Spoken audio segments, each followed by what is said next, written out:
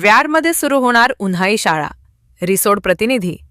वाशिम जिल्ह्यातील व्याड येथे उन्हाळी सुट्टीत जिल्हा परिषद प्राथमिक शाळेत दररोज किमान 2 तास अभ्यासाचे नियोजन केले जाणार आहे. दिनांक 9 एप्रिल मंगळवार रोजी उन्हाळी वर्ग सुरू करण्याबाबत सभा भरवण्यात आली. उन्हाळी वर्ग भरवण्याचा मुख्य उद्देश असा आहे की उन्हाळ्याच्या सुट्टीमध्ये मुलांना बेसिक शिक्षण मिळेल आणि नवोदय परीक्षा पास होण्यासाठी मदतही होईल.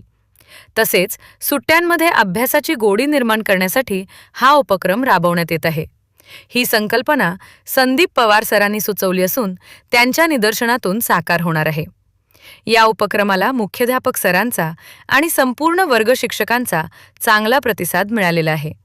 घेण्यात आलेल्या सभेमध्ये शाळेचे मुख्याध्यापक अरुण जुंगरे सर, गजानन आरू सर, तसेच शाळा व्यवस्थापन समितीचे अध्यक्ष रामेश्वर वारेकर, उपअध्यक्ष नागनाथ सपकाळ, सदस्य सोनू पठाण, रजनीश खोनकर, भूमिपुत्र शेतकरी संघटना, सुधीर कांबळे आणि इतर पालकवर्ग उपस्थित होते.